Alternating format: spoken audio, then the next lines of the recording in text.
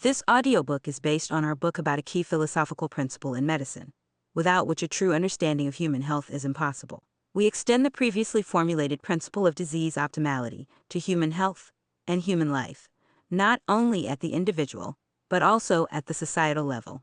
In Chapter 3, we focus on the language of the concept, or how Pontryagin, Rashevsky, and Rosen justify optimality.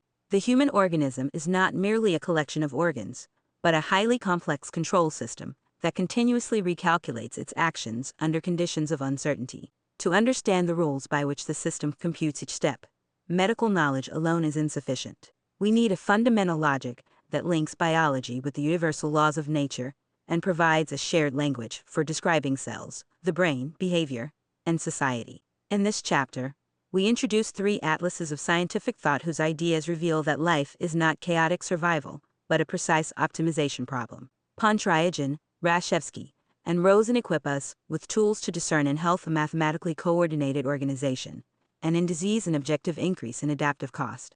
Lev Pontryagin, one of the most influential mathematicians of the 20th century, developed a theory describing how to control complex systems so as to reach a prescribed goal with minimal expenditure. His approach enables us to think of WellSpan, in formal terms, as a trajectory in a state space, along which the organism continuously solves the problem of choosing the optimal regime in response to circumstances. Within the framework of the principle, Pontryagin articulates 2 fundamental modes of calculating the life course. The time problem, exiting the critical zone. Sometimes optimality is defined exclusively by time. When a system enters a danger zone, for example, in sudden cardiac arrest or hypoglycemic coma, the primary criterion is speed. In such situations, there is no room for resource economy. The organism and medicine must find the shortest trajectory back to homeostasis. Pontryagin showed that for such transitions there exist relay controls, maximally powerful impulses that pull the system out of the abyss in the least possible time. The maximum principle, find U8209 tuning the state. This regime applies in non-U8209 critical conditions, and as a second stage, after critical states. Once the immediate threat to life has been removed, and the system has been brought back into its operational range, the time U8209 optimal phase gives way to the maximum principle. The task now is different. Not to move as fast as possible, but to move as well as possible. In this phase of maintenance and stabilization, for example, after resuscitation, the organism begins to reallocate resources so that each action yields maximal effect at minimal structural wear. This is a mode of subtle navigation in which the system seeks to minimize the total cost of its existence, while preserving high functionality. In Pontryagin 92's terms, health is not static equilibrium, but the dynamic triumph of control accuracy.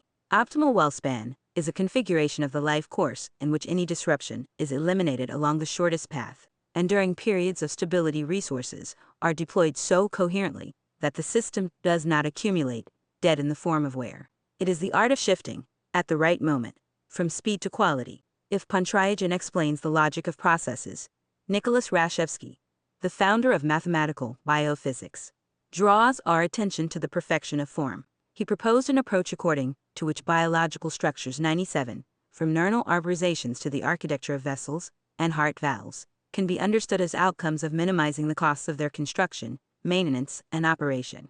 Rashevsky helps us answer the question, why are we built in exactly this way, and not otherwise? In his optic, the human organism is not a random assortment of solutions, but a kind of optimal design, in which most elements represent compromises between strength, economy of material, flexibility, and reliability. Health is inseparable here from structural integrity.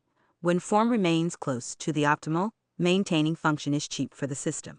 Any substantial deviation from this design, congenital malformation, chronic inflammation, deformation, or scarring, immediately increases the price of sustaining life. The organism is forced to expend additional energy on compensations, detours, and the chronic strain of reserves. Pathology raises the adaptive cost, narrowing the range of resources that might otherwise be directed toward other tasks of WellSpan. Robert Rosen adds that which most sharply distinguishes a living system from a complex machine, the capacity to act on the basis of an internal representation of the future. In his theory of anticipatory systems, he showed that a living system contains within itself internal models of its own possible states and of the external world. It is by virtue of these models that it can prepare for events before they actually occur. This connects directly with Anakin's acceptor of the result of action. The brain does not merely react to already present stimuli. It continuously plays out scenarios in advance, evaluates probable consequences, and initiates preventive responses. Within this framework, the optimality of our lives depends on the accuracy and adequacy of these internal forecasts.